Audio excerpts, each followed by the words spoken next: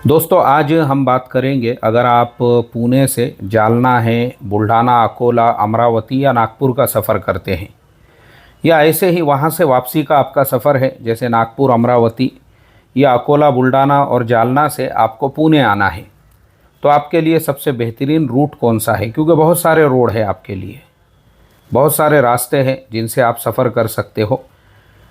आज मैं आपको उन सारे रूट्स और सारे रास्तों के बारे में बताऊंगा, तो उससे फिर आप खुद जो है ये तय कर सकते हैं कि भाई आपके लिए सबसे अच्छा रूट, अच्छा रास्ता कौन सा है। क्योंकि नॉर्मली मैं जालना सफ़र करते रहता हूँ, तो मेरा जो नॉर्मल रूट है वो है शिकरापुर, रांजनगांव, अहमदनगर, वालूच, पंढरपुर, औरंगाबाद होते हुए जालने का जो नॉर्मल रूट है, पुराना हाईवे है। लेकिन मैं जब वहाँ से वापस हो रहा था, क्योंकि इस मरतबा मैंने जो सफ़र किया उसमें मुझे 15 घंटे लग गए पुणे से जालने तक पहुँचने में, बारिश की वजह से और रोड के कंडीशन और ट्रैफिक की वजह से। तो जब मेरी वहाँ से वापसी हो रही थी तो मैंने सोचा कि चलो समृद्धि हाईवे से सफ़र करते हैं। तो ये मेरा फर्स्ट एक्सपीरियंस है, पहला एक्सपीरियंस है समृद्धि हाईवे से सफ़र करने का। तो समृद्धि हाईवे के बारे में मैं पहले आपको कुछ चीज़ें बता दूं कि समृद्धि हाईवे जो है ना, वो बहुत ही बेहतरीन यानी इंटरनेशनल लेवल का एक हाईवे बना हुआ है। सारी फैसिलिटी, सारी सहूलतें आपको समृद्धि हाईवे के ऊपर मिल जाती है, यानी ड्राइविंग के लाइन से। जैसे अगर आपकी गाड़ी वगैरह कहीं ख़राब हो जाती है तो इमरजेंसी नंबर भी है। इसी तरह से कुछ बातें मैं भी आप लोगों को कहना चाहूँगा कि अगर आप समृद्धि हाईवे से सफ़र कर रहे हो तो अब आप देख रहे हैं कि भाई हाईवे तो पूरा खाली है, इसलिए जितना अपने दिल में है उतनी स्पीड के अंदर गाड़ी भगाओ। तो ऐसा आपने बिल्कुल भी नहीं करना है, ये बहुत बड़ी गलती है।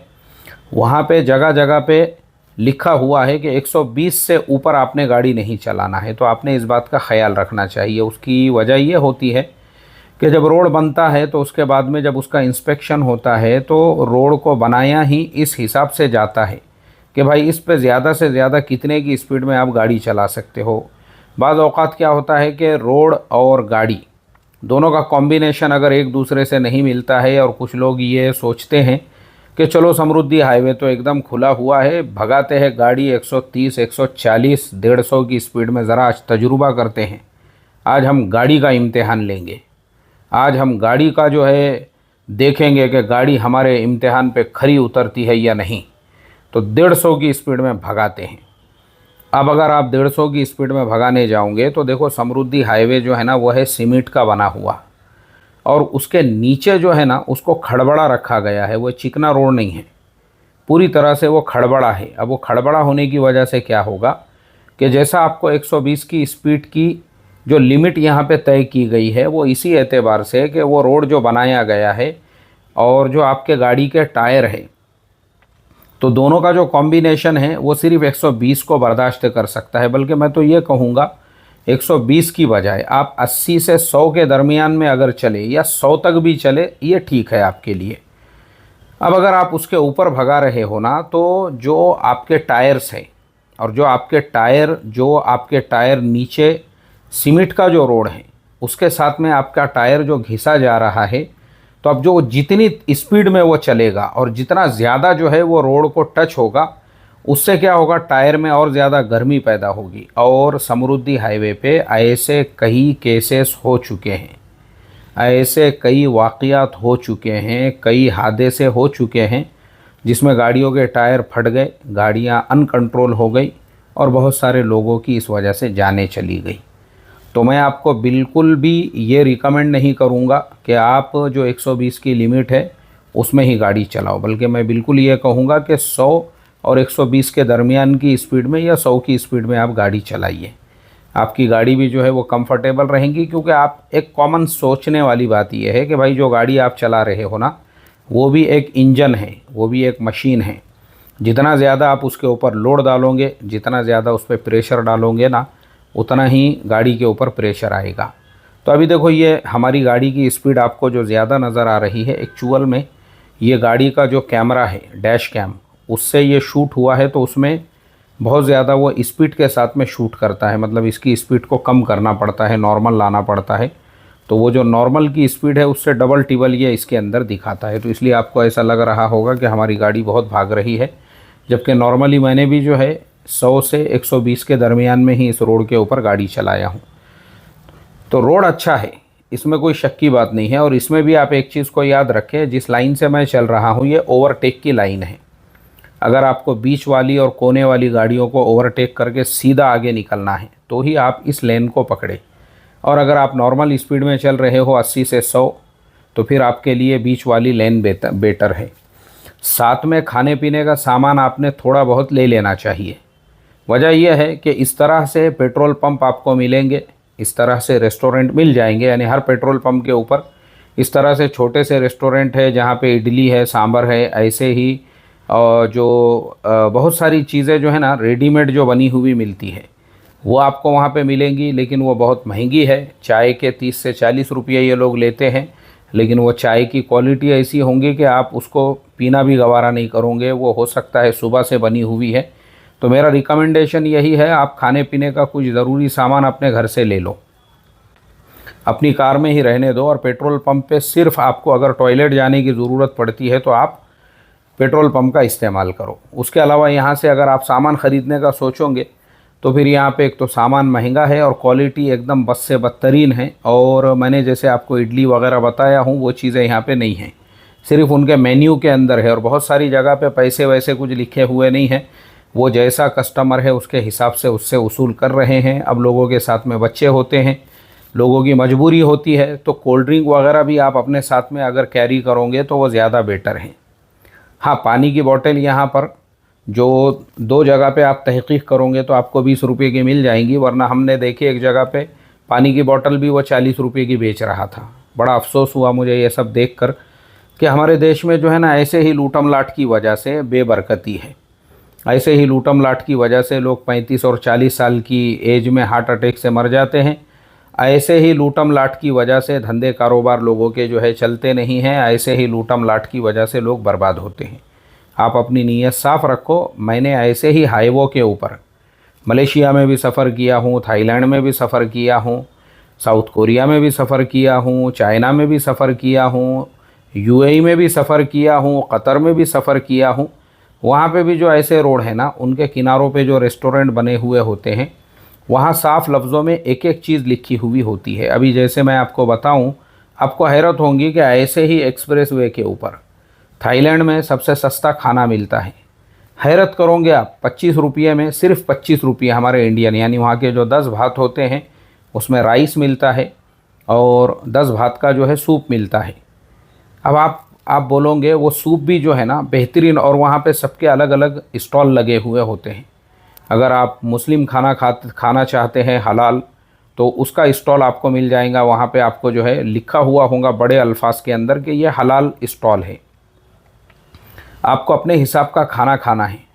मतलब इतना बड़ा हाईवे है, वहाँ पे भी हज़ारों गाड़ियाँ चल रही है, लेकिन हाईवे पे आपको नॉर्मल शहर से भी जो है सस्ता खाना मिल रहा है।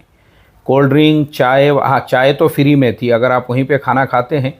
तो मैंने खुद थाईलैंड के अंदर वहाँ पे कॉफ़ी अपने हाथ से बनाई है। अपने हाथ से जो है गर्म पानी का एक रखा हुआ है, अपने हाथ से पानी लीजिए और आप जो है कॉफ़ी के पाउच 5 और 10 भात के अंदर वहाँ पे मिलते हैं नेस कॉफ़ी के, वो लीजिए 7-Eleven से। उसको काट के आप जो है फ्री में वहाँ पे अपने हाथों से कॉफ़ी बनाकर पी लीजिए। कोई आपको पूछने वाला नहीं, बोलने वाला नहीं है। वहाँ पे इतना अमन व अमान है, इतना सुकून है।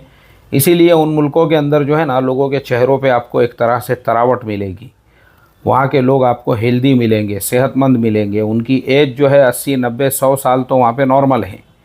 हमारे यहाँ प्रॉब्लम यही है, हमारी नीयतें ख़राब है। लूटो, हर आदमी लूटने के लिए बैठा हुआ है। तो हाईवे पे भी जो बैठे हुए हैं वो लूटम लाट मचाने के लिए। तो इसके लिए देखो, आप अपने साथ में अपने ज़रूरियात का थोड़ा बहुत सामान रख लो, क्योंकि समृद्धि हाईवे पर आपको पेट्रोल पंप तो मिल जाएंगे लेकिन खाने पीने के सामान की दिक्कत होगी।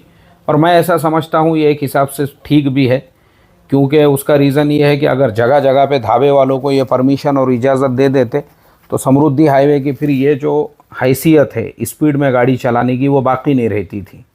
फिर नॉर्मल लोग भी इस हाईवे के ऊपर आ जाते और उसकी वजह से आप जिस स्पीड के अंदर अपने घर पे, अपने मकाम पे पहुंचना चाहते तो आप नहीं पहुंच सकते थे।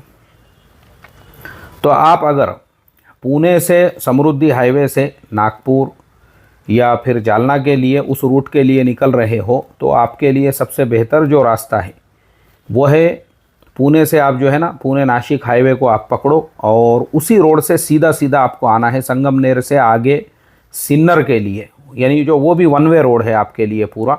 और सिन्नर से जो है कुछ 10 किलोमीटर पहले आपको ये पॉइंट मिल जाता है समृद्धि हाईवे का, तो आप समृद्धि हाईवे पे वहाँ से इंटर कर सकते हो। ऐसे ही अब जो मैं जालना से उधर जा रहा हूँ तो मेरे लिए भी जो है ना वही पॉइंट है जहाँ से आपको जो है पहला पॉइंट तो शिरडी वाला आता है। तो एक बात ये याद रखो कि जो लोग भी नागपुर से या फिर जालना होते हुए, यानी जैसे अभी मैं जा रहा हूँ औरंगाबाद से आगे निकलने के बाद आपको शिरडी का जो पॉइंट मिलता है ना, वहाँ से आपको बाहर नहीं निकलना है।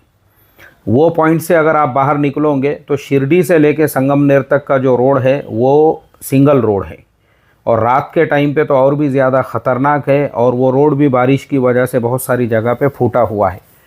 तो शिरडी का जो पॉइंट आता है उससे और थोड़ा सा आगे आपको सिन्नर का जो पॉइंट मिलता है, वहाँ पे बड़े बड़े अल्फाज में लिखा हुआ है, एक साइड में पुणे है, दूसरे साइड में नासिक है। तो आप आराम से इत्मीनान से पुणे वाला जो पॉइंट है वहाँ से बाहर निकल जाइए और फिर आपको डायरेक्ट वो जो वन वे रोड है नासिक से पुणे का, तो वो रोड आपको मिल जाता है। अब मैं आपको बताता हूँ उस रोड के बारे में भी, उससे पहले मैं आपको अब दूसरे रूट के बारे में बताऊँगा। अब ये जो रूट है जिससे मैं जा रहा हूँ, तो आपको सिन्नर के पॉइंट से एंट्री लेना है और एग्ज़िट भी आपको पुणे के लिए वहीं से करना है, ठीक है। शिरडी वाले पॉइंट से आपको बाहर नहीं निकलना है क्योंकि वो रोड ख़राब है।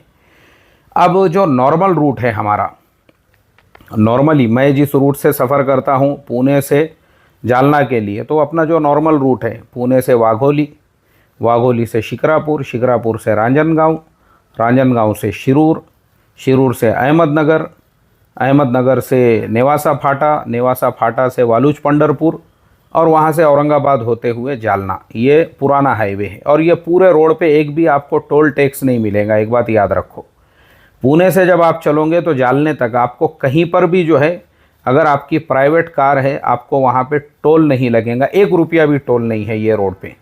और ये मेरा नॉर्मल रूट है, लेकिन ये जो मेरा एक्सपीरियंस हुआ जिसकी वजह से मुझे समृद्धि हाईवे से आने की ज़रूरत पड़ी, वो ये था कि अभी मई के महीने में ही हमारे यहाँ पे बारिश शुरू हो गई। कुछ लोग कहने लगे कि 80 साल का रिकॉर्ड टूट गया और कुछ लोग कहने लगे कि 100 साल का रिकॉर्ड टूट गया। उस बारिश में प्रॉब्लम क्या हो गया, एक तो घर से निकलते ही, मैं सुबह सुबह जब घर से निकला उसी टाइम से गाड़ी का वाइपर चालू था, यानी बारिश हो रही थी।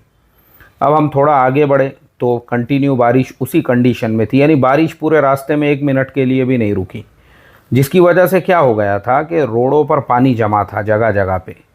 उसमें भी ख़ास तौर पे क्योंकि ये जो रूट है ना, इसमें बहुत सारी जगह ऐसी है, जैसे अभी हमको सबसे ज़्यादा जिस जगह पे रुकना पड़ा, आप जैसे ही सूपा क्रॉस करते हो और सूपे के बाद में जो अहमदनगर का बाईपास आता है, उससे पहले जो है ना एक पहाड़ है, जैसे ही वो घाट से आप नीचे उतरते हो वहाँ पे इतना ज़्यादा पानी जमा था रोड के ऊपर दोनों साइड में भी कि पूरी गाड़ी उसमें डूब रही थी पानी के अंदर, और तकरीबन 10 किलोमीटर तक का वहाँ पे रोड जो है वो ट्रैफिक जाम था।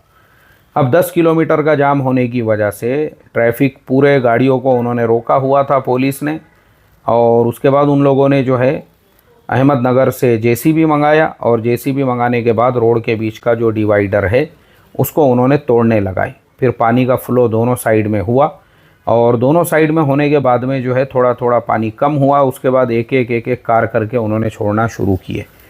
फिर थोड़ा सा हम आगे बढ़े तो वहाँ अहमदनगर का जो बाईपास है वहाँ पे भी ट्रैफिक था, और उसके बाद में हम फिर और थोड़ा आगे बढ़े तो जो अहमदनगर से आगे यानी अहमदनगर शहर से लेकर तो जो अहमदनगर का घाट आता है, वो घाट के दरमियान का रोड पूरा फूटा हुआ था। वो रोड पे अभी भी गड्ढे हैं। मैं इसके बाद में भी ये वीडियो जो शूट कर रहा हूँ, इसके बाद भी मेरा एक बार जाना हुआ, वो गड्ढे वैसे ही है। अगर आपकी गाड़ी का टायर स्पीड में एक आधे गड्ढे में चला जाता है ना, तो पूरी तरह से आपके गाड़ी का सस्पेंशन हाथ को आ जाएगा, मतलब वो ख़राब हो जाएगा। तो इसके लिए देखो, आप अभी फ़िलहाल बारिश के लिए तो उस रास्ते से अगर सफ़र कर रहे हो तो दिन के टाइम में सफ़र करेंगे तो ज़्यादा बेहतर है। रात के टाइम में और बारिश के टाइम में सफ़र करना, क्योंकि वो गड्ढों का काम अभी तक हुआ नहीं है। आपकी गाड़ी का एक आधा सस्पेंशन उसके अंदर चला गया ना, तो आपकी गाड़ी वहीं पे हाथ में आ जाएंगी। तो मैंने वो रास्ते से अभी भी सफ़र किया दूसरी बार भी। हाँ, बाकी आप जब वालूच पंढरपुर तक पहुंच जाते हो, उसके बाद से जो रोड जालने तक एकदम एक नंबर और फर्स्ट क्लास रोड है। वो पूरे रोड पे आपको एक भी गड्ढा नहीं मिलेगा। यानी ये पूरे रूट के अंदर जो है ना, सबसे बेहतरीन जो रास्ता है वो वालूच से लेके पंढरपुर से लेकर तो जालने तक, वो पूरा रोड जो है ना वो बहुत ज़बरदस्त बना हुआ है। और उस रोड पे ज़्यादा ट्रैफिक भी नहीं होता है। तो अब जो लोग नागपुर जाना चाहते हैं या ऐसे ही जो लोग जालना जाना चाहते हैं, तो देखो ये अपना जो नॉर्मल रूट है, मैं समझता हूँ दिन के लिए बेहतर है। और रात में जो है, जो गड्ढों की वजह से अभी बारिश की वजह से हो गए हैं, तो वो थोड़ा सा आपके लिए परेशानी वाला हो सकता है। अब हम वापस आते हैं समृद्धि महामार्ग पे। तो हमने इस रास्ते से जो सफ़र किया ना, इसमें सबसे बड़ा फ़ायदा यही है कि समृद्धि हाईवे पे 400 रुपये का हमको जो टोल टैक्स था वो लगा। और उसके बाद जो सिन्नर से जहाँ से बाहर निकलना है, हम वहाँ से बाहर निकल गए। अब वहाँ से बाहर निकलने के बाद, क्योंकि ये भी वन वे है, तो हम सीधा चलते रहे। और अब यहाँ पे एक चीज़ याद रखो, संगमनेर सिटी में आपको दाखिल होने की ज़रूरत नहीं है। आप बग़ैर संगमनेर में एंट्री लिए के भी आप सीधा सीधा जो है ना बाईपास से बाहर निकल सकते हो। संगमनेर शहर ही नहीं आएगा आपको। अभी ये जो आप देख रहे हो, मेरी गाड़ी असल में संगमनेर शहर के बीचों बीच से चल रही है। उसकी वजह यह है, रात का अंधेरा था, अंधेरे की वजह से मुझे ख़ुद को समझ में नहीं आया कि संगमनेर में बाईपास भी है। मैं संगमनेर शहर के अंदर मैंने एंट्री ले लिया। तो शहर में एंट्री लेने से बस यही है कि अब आप जानते हैं कि शहरों में ट्रैफिक होता है और रोड रास्ते जो है शहरों के जाम होते हैं। तो हमको भी संगमनेर में वैसे ज़्यादा दिक्कत तो नहीं आई, लेकिन बस यही है कि आपको पूरे शहर के ट्रैफिक में से बीच में से गुज़रते हुए सफ़र करना पड़ा। और वो सफ़र करने की वजह से जो है आपको थोड़ा सा टाइम ज़्यादा लग जाता है, बाकी कुछ भी नहीं है। लेकिन आप लोगों को मैं यही कहूँगा कि आप संगमनेर शहर में अगर आपको कुछ काम है तो ठीक है, और अगर आपको कुछ काम नहीं है तो आप संगमनेर को अवॉइड करते हुए भी आप इस हाईवे को, यानी आप जो आपका वन वे हाईवे कंटिन्यूसली चल रहा है, आप उसी रूट से जो है कंटिन्यू अपना सफ़र कर सकते हो। संगमनेर शहर के अंदर बेहतरीन, एक से बेहतर एक रेस्टोरेंट्स भी है। यानी अगर आपको खाना खाना है तो आप संगमनेर शहर के अंदर बेहतरीन खाना भी खा सकते हो। और हर तरह के रेस्टोरेंट आपको पुणे रोड पे ही मिल जाएंगे। चाहे आपको मुस्लिम रेस्टोरेंट चाहिए, हलाल रेस्टोरेंट चाहिए, चिकन तंदूरी खाना है, क्योंकि मैंने देखा रास्ते में बहुत सारे रेस्टोरेंट्स थे। लेकिन अभी चूँकि नॉर्मली हम लोग ज़्यादातर नॉनवेज ही खाते हैं, तो इसके लिए मेरा ऐसा प्लान था कि भाई हाईवे पे कोई अच्छा रेस्टोरेंट जो वेजिटेरियन हो 100%, वहाँ पे हम खाना खाएंगे। लेकिन ऐसा हुआ कि जब हम वापस से संगमनेर शहर को हमने पूरी तरह से क्रॉस किए और जब रोड पे चलने लगे, तो भी एक हमको रेस्टोरेंट ऐसा ही मिला। वहाँ पे वेज और नॉन वेज दोनों के भी ऑप्शंस थे। तो फिर वहाँ पे हमने खाना खाई। लेकिन मैं आपको बता दूं कि खाने की क्वालिटी बहुत ही ज़बरदस्त थी। खाना मुझे बहुत ही बेहतरीन लगा, और इतना बेहतरीन खाना था वो कि नॉर्मली हम शहर के अंदर रेस्टोरेंट्स में खाते हैं, वहाँ पे भी वैसा खाना नहीं था। यानी वो उसके पास में मटन थाली थी, फ़िश थाली थी। हमने एक फ़िश और एक मटन थाली का ऑर्डर दिया। तो मटन थाली जो कोल्हापुरी स्टाइल में बनाते हैं, जिसके अंदर पूरी लाल मिर्च होती है, देखो यही वो रेस्टोरेंट है। अभी ये लाइटिंग की वजह से इसका नाम मुझे नज़र नहीं आ रहा है। बाकी रेस्टोरेंट अच्छा था। 280 रुपये में मटन थाली थी और 220 रुपये में कुछ फ़िश थाली थी, जिसके अंदर वो फ़िश जो है वो ख़ुद आधा किलो की होंगी, जिसको मसाला लगा हुआ था और उन्होंने फ्राई करके दिया था। यानी एक नंबर क्वालिटी लगी मुझे फ़िश की भी, और मटन भी जो बना कर दिया हुआ था वो बिल्कुल हलाल था और बेहतरीन था माशाअल्लाह। खाना वाना खा के हम इस रोड से फिर वापस पुणे के लिए रवाना हो गए। अब इस रोड के कुछ यानी इसके जो है प्रॉस एंड कॉन्स मैं आपको बताता हूँ। रोड देखो, ये आपको नज़र आ रहा है, बहुत ही अच्छा बना हुआ है, बेहतरीन बना हुआ है, इसमें कोई शक शुबे की बात नहीं है। बल्कि आले फाटे से लेकर तो पुणे में आपका घर जहाँ पर भी है वहाँ तक तो ये बिल्कुल आपको एकदम एक नंबर हाईवे बना हुआ है। लेकिन संगमनेर से लेकर आले फाटे के दरमियान में ये रोड भी जो है ना, इसका जगह जगह पे सीमेंट रोड का काम चल रहा है।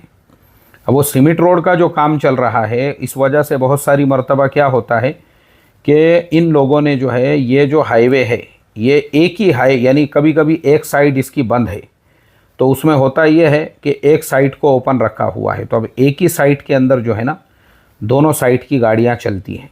हालांकि ये रोड अच्छा है, मैं समझता हूँ ऑलमोस्ट 90% जो है ये रोड अच्छा है, इसमें कोई शक शुबे की बात नहीं है। बस प्रॉब्लम इतना ही होता है कि जब सीमेंट रोड इसके ऊपर आता है ना, तो उस पर लाइनिंग नहीं मारी हुई है। तो रात में गाड़ी चलाने वाले के लिए जो बेल्ट बने हुए होते हैं रोड पर, वो बहुत ज़रूरी होते हैं, क्योंकि उन बेल्ट्स की वजह से अक्सर ऐसा होता है कि आदमी खाली बेल्ट को देखकर गाड़ी चलाता है, जिसकी वजह से ये जो बेल्ट है ये आपकी पूरी रहबरी करते हैं, रहनुमाई करते हैं। लेकिन अगर रोड के ऊपर बेल्ट नहीं होगा और वो पूरा जो है सीमेंट रोड बना हुआ है लेकिन उस पर बेल्ट नहीं है, अब वो बेल्ट नहीं होने से बहुत सारी मर्तबा एक्सीडेंट्स होते हैं। तो ये हाईवे के ऊपर बेहतर यही है कि आप थोड़ा सा एहतियात से गाड़ी चलाएं, मतलब ये संगमनेर से लेके आले फाटे तक। और आपको ये भी बता दूं कि इस हाईवे के ऊपर जब आप आते हैं समृद्धि महामार्ग के बाद, तो यहाँ पे हमको 2 जगह पे टैक्स लगा, यानी टोल टैक्स लगा। अभी ये जिस जगह पे है यहाँ पे 135 रुपये लगे, और इसके बाद जो अगला टोल टैक्स आता है वहाँ पे 115 रुपये लगे। तो इस हिसाब से तकरीबन 250 रुपये यहाँ पे, और समृद्धि महामार्ग पे 400 रुपये, 650 रुपये का आपको टोल टैक्स लगेगा इस रास्ते से। अगर आप सिन्नर का जो पॉइंट है वहाँ से एंट्री लेते हैं या बाहर निकलते हैं, तो आपको इस रास्ते से जालने तक का मैं बता रहा हूँ। बाकी आपको जो है वो जो मैंने हाईवे बताया था, पुराना जो हमारा हाईवे है शिकरापुर रांजनगांव अहमदनगर वाला, उस पर आपको 1 रुपया भी टोल टैक्स नहीं लगता है जालने तक। बस इतना ही है कि बारिश की वजह से, बाकी तो नॉर्मली वो रोड भी अच्छा है, और उस रोड से आपका किलोमीटर भी बच जाता है, क्योंकि इस रूट से अगर आप सफ़र करते हैं तो इस रूट से आपको ऑलमोस्ट पुणे तक आपकी जो गाड़ी होती है, तो समृद्धि महामार्ग जो है वो होता है 190, और वहाँ से जो है ये होता है तकरीबन 190। तो 190 और 190 को अगर आप शुमार करोगे दोनों को भी, तो आप तकरीबन जो है 380 किलोमीटर ये गाड़ी चला रहे हो। और नॉर्मली अगर उस रूट की आप बात करते हो जो अपना शिकरापुर वाला रोड है अहमदनगर वाया, तो वाया अहमदनगर वाला रूट जो है वो औरंगाबाद तक ही 220 किलोमीटर है पुणे से, और वहाँ से 60 किलोमीटर जो है जालना, यानी 280 वो होता है, और ये होता है आपका 380, मतलब 100 किलोमीटर ये आपका जालने से ज़्यादा है। लेकिन बस इतना ही है कि आपको समृद्धि महामार्ग पे गाड़ी चलाने के लिए मिलती है। बाकी इसका दूसरा जो मैंने जैसे अभी आपको बताया कि कहीं कहीं पे एक ही साइड से आपको गाड़ी चलाना है। अब देखो ये गाड़ी हमारी एक साइड से चल रही है, और एक साइड से गाड़ी चल रही है और एक साइड में काम चालू है। अब सामने से जो आने वाली गाड़ियां हैं उनका जो लाइट है, फोकस आपकी पूरा आंखों के ऊपर मारता है ना, तो उससे भी कभी कभी गाड़ी चलाने के अंदर दिक्कत आती है। तो मैं समझता हूँ दिन के टाइम के लिए ये रोड भी अच्छा है। बाकी रात में गाड़ी चलाने के लिए जो ऐसा नॉर्मल ड्राइवर है जिसको एक्सपीरियंस नहीं है, तो उसने इसको अवॉइड ही करना चाहिए। क्योंकि मैंने तो ऐसा किया था कि भाई अपने आगे जो ट्रक चल रहा है उसी को मैंने अपनी जो मास्टर कार है वो बना लिया था, पायलट कार, उसी की रहबरी रहनुमाई में, भाई ये जिधर जा रहा है चलो अब इसके पीछे पीछे, उसको अपने को जो है ओवरटेक नहीं करना है जब तक कि हम दूसरी लाइन में नहीं आ जाते। इस तरीके से मैंने गाड़ी चलाया हूँ। तो देखो ये जो हाईवे है ना, इसका जो प्रॉस एंड कॉन्स है वो आपके लिए यही है कि ये हाईवे भी अच्छा है। आले फाटे से लेके संगमनेर के बीच में थोड़ा बहुत सारी जगह ख़राब है, और बहुत सारी जगह पे जो है ये एक ही साइड से आपको गाड़ी चलाना पड़ती है। बाकी प्रॉब्लम कुछ भी नहीं है, इस पर गड्ढे नहीं है। इसकी ख़ास बात ये है ये हाईवे की, जैसे मैंने अभी अहमदनगर वाले हाईवे की बात बताया आपको, वहाँ पे गड्ढे हैं, लेकिन इस पर गड्ढे नहीं है। ये हाईवे पे आप स्पीड में गाड़ी चला सकते हो। तो मैं समझता हूँ जो लोगों को नागपुर के लिए सफ़र करना है या अमरावती के लिए, अगर उन लोगों के पास पैसे का कोई प्रॉब्लम नहीं है कि भाई समृद्धि हाईवे पे भी वो पे कर सकते हैं और इस रोड पे भी पे कर सकते हैं, और टाइम यानी किलोमीटर ज़्यादा हो रहा है कोई बात नहीं है, लेकिन कंफर्ट के लिए वो इस रोड को अगर इस रोड से सफ़र करते हैं और सिन्नर के पॉइंट से एंट्री लेते हैं तो बहुत अच्छी बात है उनके लिए। और अगर जिन लोगों को रास्ते में बार बार रुकना है, चाय पीने की आदत है, तो उनके लिए फिर अपना वही रूट बेहतर है जो वाया अहमदनगर है। बाकी फ़ैसला आपको करना है, आपको कौन सा रूट अच्छा लगता है।